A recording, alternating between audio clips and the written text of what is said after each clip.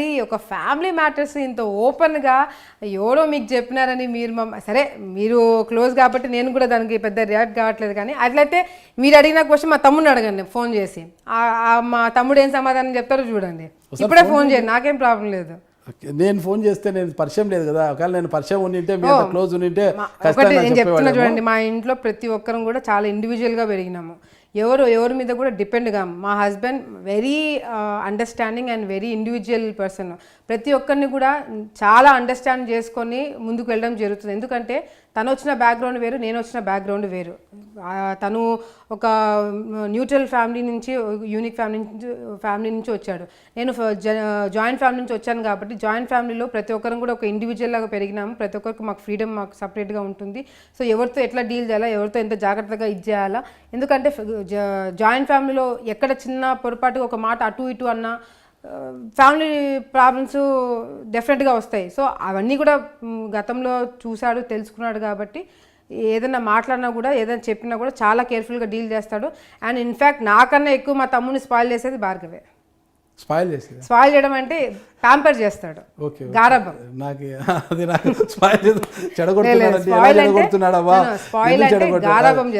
Spoil అనేది రెండు రకాలుగా అనుకోవచ్చు, మంచిలో స్పాయిల్ ఉంటుంది, చెడులో కూడా. నేను కొంచెము తమ్ముడిని కొంచెం స్ట్రిక్ట్ గా పెట్టాలా చదువు ఇది, ఎందుకంటే అఫ్ కోర్స్ మీరు ఇందాక చెప్పినట్టుగా కూడా మదర్ ప్లేస్లో ఉన్నాను అనే భావన నాకు ఉంది కాబట్టి కొంచెం నేను కంట్రోల్ చేయాలని చూస్తాను. తన ఖర్చులు కానీ, తన ఇదులు కానీ, చదువు కానీ, వెళ్ళడం కానీ, బయటికి వెళ్ళడం కానీ, నైట్ టైమ్స్ అవన్నీ కొంచెం కంట్రోల్ చేయాలని చేస్తాను.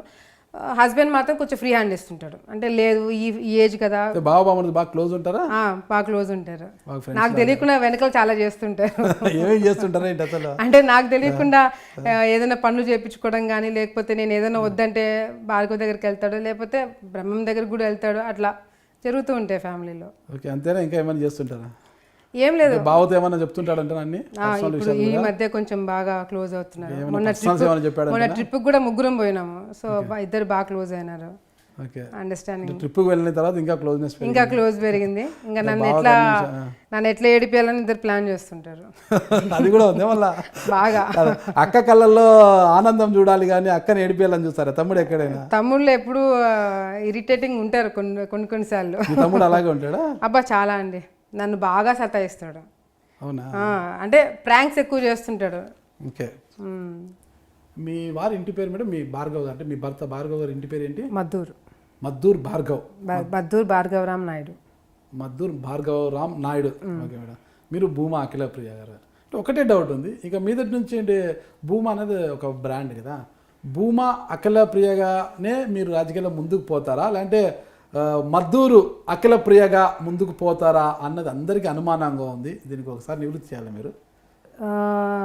ఓన్లీ అఖిలప్రియ అంటే పెళ్లి చేసుకున్న తర్వాత మద్దూరు అఖిలప్రియ అని అంటే మాత్రం నేను రాజకీయాల్లో ఉండేదని కాదు. నేను రాజకీయాల్లో ఉన్నన్ని రోజులు కూడా నా పేరు భూమా అఖిలప్రియగానే ఉంటుంది. రాజకీయాల్లో ఉన్నంత వరకు భూమా అఖిలప్రియ. రాజకీయాల నుంచి దూరం వచ్చినప్పుడు దూరం వచ్చే ఛాన్సే లేదు, ఎప్పటికీ లేదు. ఎప్పుడు ప్రజల్లోనే ఉంటాం, ఊపిరినంత వరకు అదే. అయితే భూమా అనేది మీ పేరు నుంచి పక్కకు పోయే అవకాశం లేదు. ఎందుకు చెప్తున్నానంటే భూమా నాగిరెడ్డి గారు చనిపోతున్నప్పుడు నాకు ఇచ్చిన బాధ్యత ఆళ్ళగడ్డ, నా కుటుంబం. సో ఆళ్ళగడ్డ బాధ్యత నేను తీసుకున్నాను కాబట్టి, భూమా నాగిరెడ్డి గారు, శోభా నాగిరెడ్డి గారు కోసమే నేను రాజకీయాలకు వచ్చాను కాబట్టి, వాళ్ళ కోసమే నేను బాధ్యతలు తీసుకున్నాను కాబట్టి ఎప్పుడు కూడా నేను వాళ్ళ కూతురుగానే భూమా అఖిలప్రియగానే ఉండిపోతాను. ఆళ్ళగడ్డను వీడరు, భూమాను వీడరు, రెండు మీతోనే ముడిపడి ఉంటాయి. అవును. ఓకే మేడం, బాగా చెప్పారు. ఓకే. ఇకపోతే అంటే మీ నాన్న యొక్క సన్నిహితులు కావచ్చు, పార్టీలో గతంలో ఉన్న వారు కావచ్చు, ఎవరైనా మీ సన్నిహితులు, వారిని కలుపుకుపోవడం పక్కన పెడితే మీ కుటుంబ సభ్యులు కూడా సరిగా కలుపుకోలేదు. మీ కజిన్స్ కొంతమంది తిరుపతిలో అక్కడ ఉన్నారు కదా, వాళ్ళని కూడా కలుపుకోలేదు. వాళ్ళని దగ్గర రానిస్తే మీకు భవిష్యత్తులో ఎక్కడ పోటీ అవుతారన్న ఉద్దేశంతో వారిని అలాగే దూరంగా ఉంచేశారు తప్పితే వాళ్ళని కూడా దగ్గరికి రానిలేదు. అందరినీ కలుపుకొని పోయి ఉంటే భూమా ఫ్యామిలీకి ఓటం అనేది దరిదాపులకు కూడా వచ్చేది కాదు. నన్ను చాలా పెద్ద విలన్ని చేసేస్తున్నారు మీరు.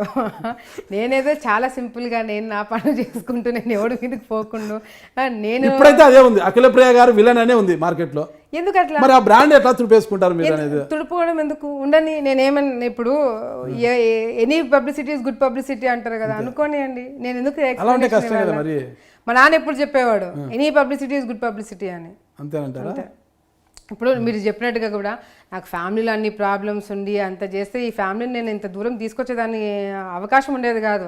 నా ఎలక్షన్స్లో అందరూ వచ్చి తిరిగిన వాళ్ళే, ఇక్కడ తిరిగినారు, నంద్యాలలో తిరిగినారు, అన్ని చోట్ల తిరిగినారు. మాకు ఫ్యామిలీ ప్రాబ్లమ్స్ పెట్టాలని, లేకపోతే మీకు ఎవడు ఇన్ఫర్మేషన్ ఇచ్చాడో కూడా వాడిని కూడా దాన్ని 4 పీకాల, మా వాళ్ళే వింటారు, ఎవడో కూడా కాదు. పాపం నాకేదో సోర్స్ ఉంటుందండి, ఆ సోర్స్ మీరు భయపెడితే నాకు ఇంకోసారి ఆ సోర్స్ కూడా ఎవడో అన్నాడు, నాతో పాటు తిరిగే కూడా అయిండొచ్చు. ఓకేనండి. ఆళ్ళగడ్డ అంటేనే అందరికీ గుర్తొచ్చేది భూమా నాగిరెడ్డి గారే. మంచికి కావచ్చు చెడుకి కావచ్చు భూమా నాగిరెడ్డి గారే గుర్తొస్తారు. చెడు అంటే ఎంతకైనా వెళ్తారు, మంచి అయినా ఎంతగా వెళ్తారు అనేది ఒకటి ఉంటుంది. కానీ భూమా నాగిరెడ్డి గారు తర్వాత అఖిలప్రియ గారు తన భర్త భార్గవని భూమా నాగిరెడ్డి స్థానంలో నిలబెట్టి మరో భూమా నాగిరెడ్డిలా తయారు చేయాలనుకుంటున్నారు. భూమా నాగిరెడ్డి గారి స్థానం ఎవరు తీసుకోలేరు, మా అమ్మ స్థానం ఎవరు తీసుకోలేరు, మా నాన్న స్థానం ఎవరు తీసుకోలేరు. ఆ స్థానం అట్లా పెట్టడానికి అమ్మ స్థానాన్ని మీరు తీసుకున్నారని ఆరోపిస్తున్నారు, ఆల్రెడీ ఆరోపణలు వస్తున్నాయి. నాన్న స్థానాన్ని భార్గవ్ గారికి ఇస్తున్నారు, అహోబిలం సంఘటనే దీనికి తార్కాణం అంటున్నారు. అంటే మా నాన్న రౌడీ గుండాలాగా కేసులలో ఉంటాడని చెప్పా మీ ఉద్దేశము? అన్నిట్లో మంచికి మంచి పంచుకు పంచి అన్నాను కదా, నేను రెండిట్లో ఉంటారనేది కదా నేను చెప్పేది.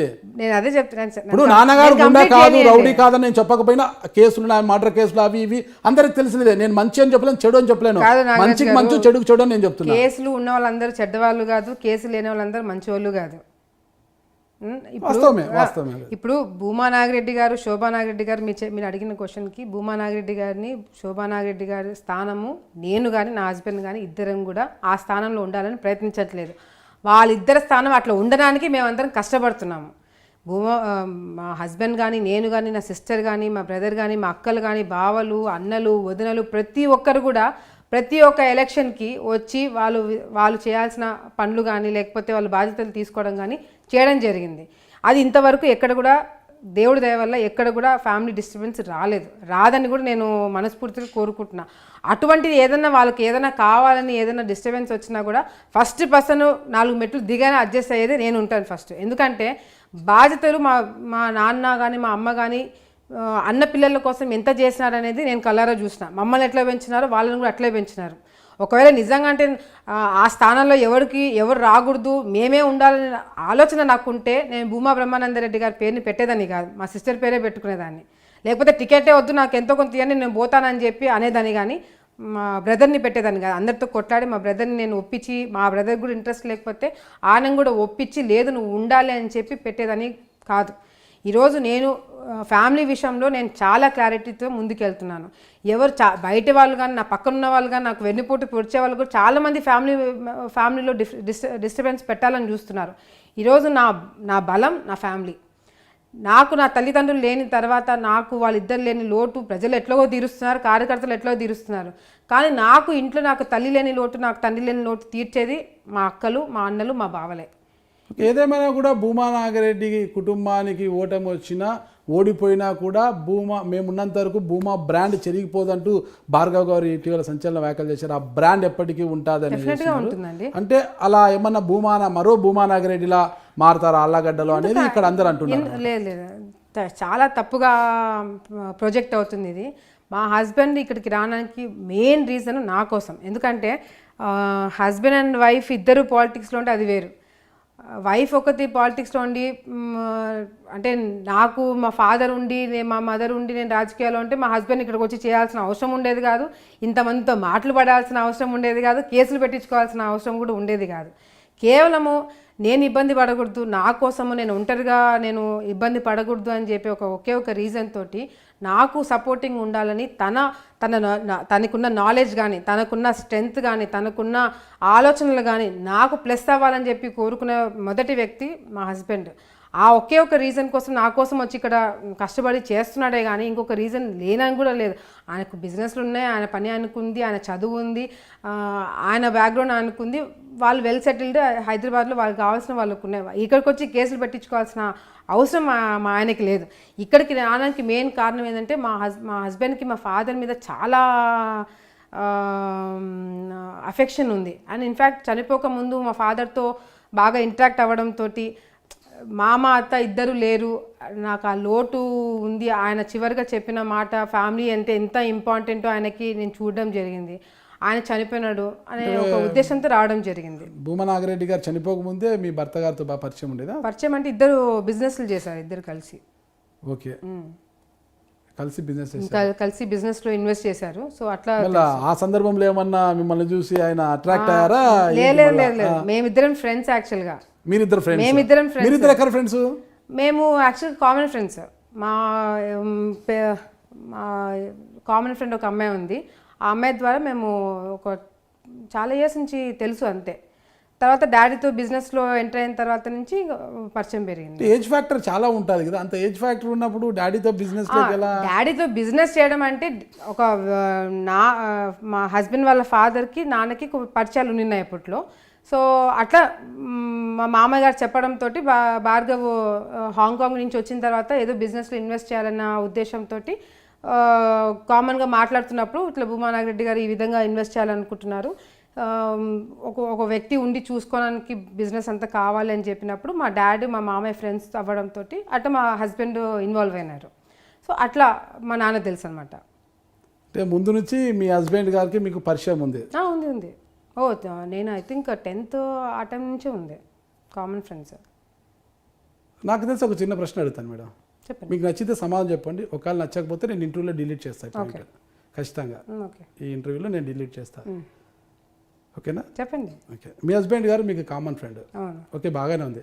అలాంటప్పుడు మీ హస్బెండ్ గారు మీకు ముందుగా తెలుసు, మీ హస్బెండ్ గారికి వివాహం అయింది, ఆయనకి 2 కుమార్తెలు కూడా ఉన్నారు. ఆ తర్వాత ఆవిడకు డైవర్స్ ఇచ్చి 2 బిడ్డల తల్లిని నడు రోడ్డు మీద వదిలేసి వచ్చి మిమ్మల్ని పెళ్లి చేసుకున్నారు నాగరాజ్ గారు అనేది చాలా నేను అందుకే చెప్పిన నేను ఘోరం కాదు. నాకు వచ్చిన విషయాన్ని మీరు అన్నారు కాబట్టి కామన్ ఫ్రెండ్ అన్నారు మీరు, అది కూడా నాకు తెలియదు కామన్ ఫ్రెండ్. ఆ కామన్ ఫ్రెండ్ తర్వాతే మళ్ళా ఆ అమ్మాయిని పెళ్లి చేసుకున్నారు, ఆ అమ్మాయికి 2 బిడ్డలు, తర్వాత డైవర్స్ ఇచ్చి మిమ్మల్ని పెళ్లి చేసుకున్నారు. ప్రధానమైన ఆరోపణ. అందుకే అడిగా నేను, మీకు ఇష్టమైతే చెప్పండి, లేదంటే నేను డిలీట్ చేస్తాను కూడా చెప్పాను. ఆన్సర్ చేస్తాను. ఇట్లాంటి డౌట్లు ఎంతమందికి ఉందో నాకు తెలియదు కానీ మీరు డిలీట్ చేసుకుంటారు మీరు చెప్తే డిలీట్ చేస్తాను. ఫస్ట్ మీ క్వశ్చన్ కి ఆన్సర్ చేస్తాను. ఫస్ట్ ఆఫ్ ఆల్ మా హస్బెండ్ కి మ్యారేజ్ అయిన మాట వాస్తవం. నాకు గతంలో మ్యారేజ్ అయింది, తనకి మ్యారేజ్. అది ఓకే, మీ విషయం ఎందుకు అందరికి తెలుసు, ఇక్కడ అప్రస్తుతం, అది మీకు తెలుసు, అది వదిలేయండి. అప్రస్తుతం. మా హస్బెండ్ కి మ్యారేజ్ అయిన 1 year కి డివోర్స్ అయింది. ఓకే, 2 పిల్లలు పిల్లలు అనే మాట మా హస్బెండ్ వింటే నవ్వుతాడు. పిల్లలు లేరు. మ్యారేజ్ అయిన 1 year కి డివోర్స్ అయింది. అయిన తర్వాత మా ఫాదర్తో బిజినెస్లో దిగినారు. దిగిన తర్వాత మా నాన్న చనిపోక ఐ థింక్ 1 to 2 months ముందు ఈ విధంగా ఆలోచన వచ్చింది కాబట్టి మా హస్బెండ్తో షేర్ చేసుకోవడం జరిగింది. మా నాన్న చనిపోయిన తర్వాత ఈ ప్రాబ్లమ్స్ అన్ని ఉండడంతో మేము కూడా తను ఇంకా హాంకాంగ్కి వెళ్ళిపోయినాడు, మేము కూడా నా పనుల్లో నేను బిజీ అయిపోయాను. ఎప్పుడైతే ఇంకా మ్యారేజ్ చేసుకోవాల్సిన ఆలోచన వచ్చిందో అప్పుడు మేమిద్దరు మ్యారేజ్ చేసుకోవడం జరిగింది. ఆ అమ్మాయి కూడా ఓ మాజీ పోలీస్ అధికారి కుమార్తె. ఆ అమ్మాయి మీకు ఫ్రెండ్ కాదు అని నేను ఒక్కటే చెప్తున్నా మేడం, నాకు వచ్చిన సమాచారం తప్పితే నా ఇది కాదు, నాకు అసలు విషయం కూడా తెలియదు. నేను ఎంక్వైరీ చేసినప్పుడు నాకు తెలిసిన సమాచారం ఇది కాబట్టి మీ దృష్టికి తీసుకున్నా. ఆ అమ్మాయి ఓ పోలీస్ అధికారి కుమార్తె. ఆ అమ్మాయి కామన్ ఫ్రెండ్ అన్నారు కదా, ఆ అమ్మాయే మీ కామన్ ఫ్రెండా అని నేను అడుగుతున్నా. కాదు, ఆ అమ్మాయితో నాకు పరిచయం కూడా లేదు, ఆ అమ్మాయిని ఎప్పుడు చూడలేదు, నేను మాట్లాడలేదు కూడా. అదే ఇప్పుడున్నది అంటే తన పోలీస్ అధికారి కుమార్తెకు అన్యాయం చేసి అఖిలప్రియ గారిని చేసుకున్నారు గతంలో. ఏంటంటే అన్యాయం ఏంటంటే నాకు అర్థం కావట్లా. అన్యాయం చేస్తే నేను ఎందుకు చేసుకుంటాను? అన్యాయం ఒక ఆడపిల్లకి అన్యాయం చేసిన వ్యక్తి నేను ఎందుకు చేసుకుంటాను? అడిగే అంటే సరే, మీరు అయితే ఎవరో చెప్పారు కాబట్టి మీరు అడుగుతున్నారు అంటున్నారు. ఆ చెప్పినోడు కన్నా బుద్ధి ఉండాలి కదా. ఒకటికి అన్యాయం చేసిన వాళ్ళు నేను ఎందుకు చేసుకుంటాను? మా నాన్నకి ఏమన్నా పిచ్చా అట్లాంటి వాళ్ళు ఇచ్చి పెళ్లి చేయడానికి? లేకపోతే నాకేమైనా పిచ్చా అట్లాంటి వాళ్ళని పెళ్లి చేసుకోవడానికి? నాకంటూ కొన్ని స్టాండర్డ్స్ ఉండవా? నాకంటూ ఇంట్రెస్ట్ తోనే భార్గవ్ గారు మీ నాన్నతో బిజినెస్ నాకు తెలివితేటలు లేవా? ఎట్లాంటి వాళ్ళు నేను చేసుకుంటున్నానని? అప్పటి నుంచో మీకు పరిచయం ఉంది కదా, మీరు అన్నారు కదా 10th క్లాస్ నుంచి అప్పటి నుంచే పరిచయం ఉంది. మీకు బాగా పరిచయం కావచ్చు, మీ మీద ఇంట్రెస్ట్ తోనే భార్గవ్ గారు మీ నాన్నగారితో ఏజ్ గ్యాప్ ఉన్న బిజినెస్ లోకి వచ్చారు. అంత అవసరము తనకి లేదు, అంత అవసరం మాకు లేదు. భూమా నాగిరెడ్డి గారు బతుకున్నప్పుడు ఈ అబ్బాయికి భార్గవ్కి డివోర్స్ అయిన తర్వాత ఎప్పుడైతే బిజినెస్లోకి ఎంటర్ అయినారో అది కూడా చాలా విచిత్రంగా చాలా సర్కిల్లో వెళ్ళి ఆ విధంగా భార్గవ్కి ఆఫర్ వచ్చిందే కానీ లేకపోతే అసలు ఆ ఆఫర్ రాకపోతే నేను భార్గవ్ కలిసేవాళ్ళం కూడా కాదు. అట్లాంటిది ఉండేది. రాత రాసింటే ఏం గీత చేయలేదు. గీసిన దేవుడైనా తప్పించు. సో మీరు మీ సోర్సెస్ ఎవరైతే ఉన్నారో నాకు తెలిసి ఇంటర్వ్యూ అయిపోయిన తర్వాత నేను డెఫినెట్గా తీసుకుంటాను. సోర్స్ ఎప్పుడు జర్నలిస్ట్ బయట పెట్టాడు మేడం. లే- పోలీస్ కావచ్చు, జర్నలిస్ట్ కావచ్చు, బయట పెడితే అతను పోలీస్ కాదు, అతను జర్నలిస్ట్ కాదు మీ మేడం. సోర్స్ ఎవరో నాకు అర్థమైంది. మీ సోర్స్ ఎవరో నాకు అర్థమైంది. ఆ సోర్స్ వాళ్ళు ఏ విధంగా మాట్లాడుతున్నారు, ఏ విధంగా మీకు ఇన్ఫర్మేషన్ ఇస్తున్నారు, అట్లా ఎంతమందికి ఇచ్చింటారు అనేది కూడా నేను బయటకు తీసుకుంటాను. వాస్తవం చెప్తాను, నాకు వచ్చిన సమాచారాలనే మీరు ముందు పెట్టాను తప్పితే నా వ్యక్తిగత ఎక్కడ కూడా లేదు మేడం. డెఫినెట్గా I can understand. Okay madam, ఇకపోతే మీ కుటుంబంలో కూడా చిన్న చిన్న కలతలు ఉన్నాయి ఇప్పటికీ. భూమా బ్రహ్మానంద రెడ్డి గారికి మీకు సరిగ్గా టర్మ్స్ లేవు. తండ్రి తర్వాత తండ్రి స్థానంలో ఉండాల్సిన మీ మేనమావ గారు ఎస్వి మోహన్ రెడ్డి గారు కూడా మిమ్మల్ని వదిలేసి ఆయన దారి ఆయన చూసుకొని ఫ్యాన్స్ వచ్చేసేసారు అంటున్నారు. ఏంటి ఇదంతా కూడా?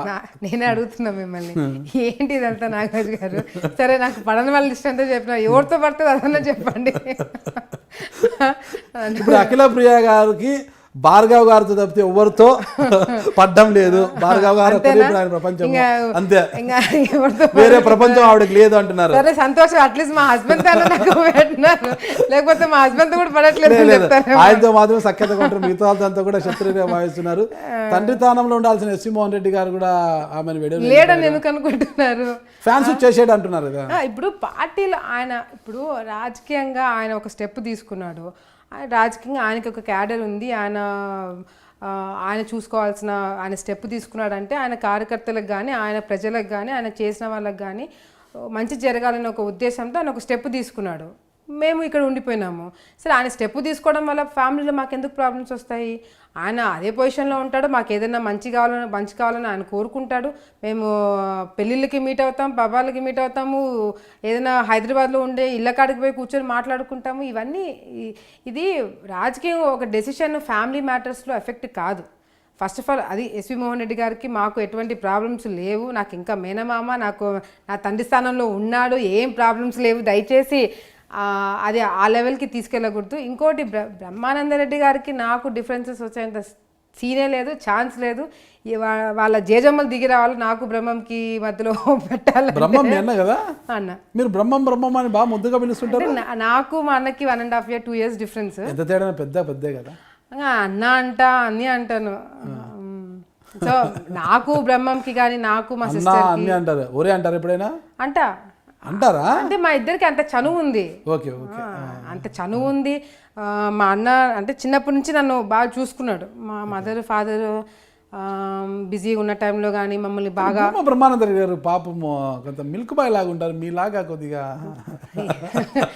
పాదరసం కాదనుకుంటాను. అంటే అదే నేను కూడా అదే నేర్చుకుంటాను ఇప్పటి నుంచి. మా అన్నలాగా సైలెంట్గా ఉంటా, వాడు సైలెంట్గా ఉండి నడుపుతాడు. నేను గట్టిగా మాట్లాడతాను కాబట్టి నా మీద ఆరోపణలు వస్తున్నాయి. నేను కూడా వాడి స్టైల్లో పోతాను. మీకు అది వంట పట్టదేమో అనుకుంటున్నా కదా. అది అంటే ఒక్కొక్కరికి ఒక స్టైల్ ఉంటుంది. అది కష్టం కదా, అది అలా ఉండడం కష్టం కదా. అంటే కష్టం అనేది కాదు, అది తత్వాన్ని ఒక్కసారిగా మార్చుకోవాలంటే అవుతుంది. అది కొంచెం కష్టమే. కానీ ఇన్ని ఆరోపణలా మీరు లిస్ట్ చదువుతుంటే నాకే డౌట్ వస్తుంది, ఇంకెవరి పేరు చెప్తారా అని. అఖిల ప్రియ గారు క్రిస్టియానిటీ పుచ్చుకున్నారా? ఇదే మత గ్రంథాలు ఎక్కువగా చదువుతున్నారంటున్నారు. ఇంట్లో బైబుల్ పెట్టుకొని మత గ్రంథాలు చదువుతున్నారు. కాదు నాగరాజు గారు, ఏదో టైం పాస్ కి మీరు క్వశ్చన్లు అడగాలని అడుగుతున్నట్టు. అయ్యో, నేను టైం పాస్ కాదు, నేను లోపలికి వచ్చే ముందే నాకు వచ్చిన సమాచారం, మేడం ఎక్కువ ఈ మధ్య బైబుల్ చదువుతుంటారు, ఏమైనా క్రిస్టియానిటీ ఏమైనా తీసుకున్నారో మాకు అనుమానం వస్తుంటే సర్లే ఎలాగో ఇంటర్వ్యూ చేయబోతున్నాను మాట్లాడతాలే అని చెప్పాను నేను. సరే, తప్పు లేదు కానీ నేనైతే తీసుకోలేదు. అది నాకు వచ్చే ముందే వేరే వాళ్ళతో అడిగితే మేడము బైబిల్ చదువుతా అంటారు, ఇటీవల 2-3 సార్లు చూసాము, రూమ్ లో బైబిల్ చూసాము. బైబిల్ చదవడం తప్పు కాదు, ఖురాన్ చదవడం తప్పు కాదు, ఏది చదవడం తప్పు కాదు. చదవచ్చు, దాంట్లో తప్పు లేదు. నేను మతం మారుతున్నాను, ఇవన్నీ రూమర్స్ ఎక్కడి నుంచి వస్తున్నాయా నాకైతే తెలియదు, కానీ ఇదైతే వాస్తవం కాదు. మతం అయితే మారడం లేదు, పార్టీ మారుతున్నారా లేదా? ఓ, అక్కడి నుంచి ఇట్లా వచ్చినారా? ఈ క్వశ్చన్కి అదనమాట. ఎందుకు వచ్చిందా మీకు డౌట్? ఇటీవల సోషల్ మీడియా చూసి ఎక్కడ చూడు ఇదే, విజయమ్మ గారికి అఖిల ప్రియ గారు ఫోన్లు చేశారు, టచ్లో ఉన్నారు. అంటే ఎన్నికలకు ముందు కూడా అఖిల ప్రియ గారు విజయమ్మ గారితో టచ్లో ఉన్నారు, విజయమ్మ గారు మాట్లాడుతామంటారు, జగన్మోహన్ రెడ్డి గారు చూస్తామన్నారు, వస్తే అఖిల ప్రియ గారు రామన్నారు, ఎస్వి మోహన్ రెడ్డి గారిని వద్దన్నారు. ఇప్పుడు ఎస్వి మోహన్ రెడ్డి గారు వెళ్ళిపోయారు, అఖిల ప్రియ గారు ఇక్కడే ఉన్నారు. గందరగోళం. సోషల్ మీడియాలో ఏమో అఖిల ప్రియ గారి చూపు వైసీపీ వైపు, అని, మరోవైపు చూస్తే లేదు స్టాండ్ మార్చుకున్న అఖిల ప్రియ గారు బీజేపీ వైపు పరుగులు పెడుతున్నారు అనేది. అంతకుముందు ఎన్నికల ముందు కూడా వైసీపీ లేకపోతే జనసేన నుంచి పోటీ చేసే అవకాశం ఉందనేసి మీకు ఆ వాయిస్ వచ్చిందే. చాలా మీడియా కూడా మీ వెంట పడ్డాయి, మేడం ఏంటి మీ స్టెప్ జనసేన నుంచి పోటీ చేస్తారంట మీరు అనేసి చాలా మీడియాలు మీ వెనకలు పడ్డాయి. మీరు ఆ విషయంలో నో కామెంట్ అంటూ దాటవేస్తూ పోయారు. కామెంట్ అనలేదు అప్పుడు. అదే కొంతవరకు చెప్పారు, కొంతమంది అంతే విసిగెత్తిచ్చినప్పుడు ఏదో ఒకటి చెప్పేసి వెళ్ళిపోయారు అంతే. విసిగెత్తిచ్చినప్పుడు ఒక మీడియా ఛానల్ అనంతపూర్ నుంచి ఇక్కడికి వచ్చి మీ వెంట పడ్డారు, అది కూడా తెలుసు. ఆ విషయం గురించి అన్నీ తెలుసు. ఓకేనా మేడం? అయితే మీరు జనసేన పోలేదు, అప్పుడు వైసీపీకి పోలేదు, మళ్ళీ టీడీపీ నుంచే పోటీ చేశారు. ఈసారి ఖచ్చితంగా అఖిల ప్రియ గారు మతం మారకపోయినా పార్టీ అయితే మారుతున్నారు అని వస్తున్న వాదనలకు మీరిచ్చే ఆన్సర్ ఎందుకు చెప్పాలా? నేను ఇప్పుడు నన్ను అడిగి ఏమి సోషల్ మీడియాలో కమెంట్లు పెట్టలేదు కదా, నన్ను అడిగి నిప్పు పొగ ఉండదు, ఇంతకు నిప్పు ఉందా లేదా? నాగరాజ్ గారు ఏమి లేకుండానే ఇన్ని క్వశ్చన్లు మతం గురించి మాట్లాడుతున్నారు, గొడవల గురించి మాట్లాడుతున్నారు, ఎవడెవరికో నాకు ప్రాబ్లం ఉందని మాట్లాడుతున్నట్టు వాళ్ళకి ఇష్టం వచ్చినట్టు వాళ్ళే స్టోరీ ఒకటి క్రియేట్ చేసుకున్నారు. నేను ఓడిపోయిన తర్వాత ఇంకా తెలుగుదేశంలో ఉండడం వేస్ట్, నేను వైసీపీకి వెళ్ళాలి అని విజయమ్మతో మాట్లాడినానంట. విజయమ్మతో మాట్లాడితే ఆమె ఇంటికి రమ్మనిందంట, నేను పోయినానంట. ఆమె కాఫీ ఇచ్చిందంట, వార్తక్కతో మాట్లాడానంట, వీళ్ళందరితో మాట్లాడానంట. అంతవరకు స్టోరీ నడిచింది, నేనేం కమెంట్ చేయలేదు. ఇంకా లాస్ట్కి ఈయనకి విప్ ఇచ్చినారని చెప్పి ఇంకా నేను వస్తున్నానని చెప్పి ఆయన కన్విన్స్ చేయడానికి విప్ ఇచ్చారని కొంతమంది, నాకు డోర్స్ క్లోజ్ అయిపోయినాయని చెప్పి ఆయనకి ఇచ్చారని చెప్పి కొంతమంది, ఇట్లా రకరకాల స్టోరీలు వాళ్ళే పెడుతున్నారు. ఒకవేళ అఖిల ప్రియ గారు వైసీపీ కండువా కప్పుకుంటే సిద్ధంగా ఉన్నాం, మేము సిద్ధంగా లేము ఆమెను ఆహ్వానించడానికని గంగుల నాని అడిగినారు. ఎందుకంత రియాక్షన్, ఎందుకంత? అసలు నేను పార్టీ మారుతానని నేను చెప్పినానా? నాకు విజయమ్మ ఫోన్ చేసింది కానీ, లేకపోతే నేను విజయమ్మకి ఫోన్ చేసినా ఎక్కడైనా బయటికి. టీడీపీలో సరైన స్థానం లేదు, ఇక టీడీపీకి భవిష్యత్తు లేదని అఖిల ప్రియ గారు భావిస్తున్నారు, అందువల్లే పార్టీ మారాలనుకుంటున్నారు. ఒకటి నేను చెప్తాను చూడండి, అంటే ఈ క్వశ్చన్ నన్ను ఎన్నికలకు ముందు అడిగినా నేను ఆన్సర్ చెప్పినాను. నేను పార్టీ మారట్లేదు, ఎందుకు మారారా, నేను ఇవన్నీ చేసుకున్నాను. భూమా నాగిరెడ్డి గారు చనిపోయిన తర్వాత నంద్యాల కానీ నేను ఎంతవరకు చేయగలిగినానో మంచో చెడో నేను చేసుకున్నాను. ఇక్కడ ఎందుకు మారాలని చెప్పి ఒక క్లారిటీ ఇచ్చినాను. ఇప్పుడు మళ్ళీ అదే టాక్ వస్తుందంటే కేవలం ఓడిపోయినాను కాబట్టి నేను పార్టీ మారాల్సి వస్తే మాత్రం నేను మారను. ఇంకొక వేరే పెద్ద రీజన్ ఏంటంటే నేను మారతానో తెలియదు కానీ 2024 ఎన్నికల్లో మీరు ఇదే సైకిల్ గుర్తు పైన పోటీ చేయబోతున్నారా? చేస్తానండి. ఎందుకు అంత డౌట్? నాకు అర్థం కాని ఏంటంటే అది అంత గట్టిగా ఇంతసేపు మీ ఇంటర్వ్యూలో వచ్చిన జోష్ ఈ ఆన్సర్ లో కనిపించడం లేదు. లేదు నాగరాజ్ గారు, నేను విసిగిపోయాను, అంటే టైర్డ్ అయిపోయాను కాబట్టి. అంటే మీరు ఈ క్వశ్చన్ ముందే అడిగితే అప్పుడు ఇంకా గట్టిగా స్ట్రాంగ్గా చెప్పేదాన్ని. నేను ఆన్సర్స్ ఇచ్చుకుంటూ వస్తున్నాను కాబట్టి ఈ క్వశ్చన్కి కొంచెం నేను వాయిస్ తగ్గించాల్సి వచ్చిందే కానీ ఒక క్లారిటీ ఇవ్వాలని చెప్పే కానీ వేరే ఉద్దేశం కాదు. కేవలము అంటే ఓడిపోయినాను కాబట్టే నేను పార్టీ మారాల్సి వస్తే మాత్రం నేను పార్టీ మారను. ఓడిపోయినందుకు పార్టీ మారాల్సి వస్తే ఇవన్నీ కాదు మేడం, పార్టీ మారుతున్నారు అటు బీజేపీ ఇటు వైసీపీ అని వస్తున్న వాదనలకు మీరు ఇచ్చే సమాధానం పార్టీ మారుతున్నారు లేదా 2024లో సైకిల్ గుర్తుపైన నేను పోటీ చేస్తానన్న స్పష్టత ఇవ్వగలరా? డెఫినెట్ గా అండి, డెఫినెట్ గా నేను అక్కడి నుంచి నేను తెలుగుదేశం పార్టీ నుంచి వచ్చే ఎన్నికలు నేను పోటీ చేస్తాను. ఆ జోష్ కనిపించడం లేదు, నాకు అప్పుడు ఆ డౌట్ వస్తుంది, నాకే డౌట్ వస్తుంది, ఇంకా ప్రజలకు డౌట్ రాదా? నాకు నవ్వు వస్తుంది, ఎందుకంటే నేను చెప్పేది ఏంటంటే బాధతో కూడుకున్న నవ్వా, నవ్వులో వస్తున్న బాధన అనేది నాకు అర్థం కావడం లేదు.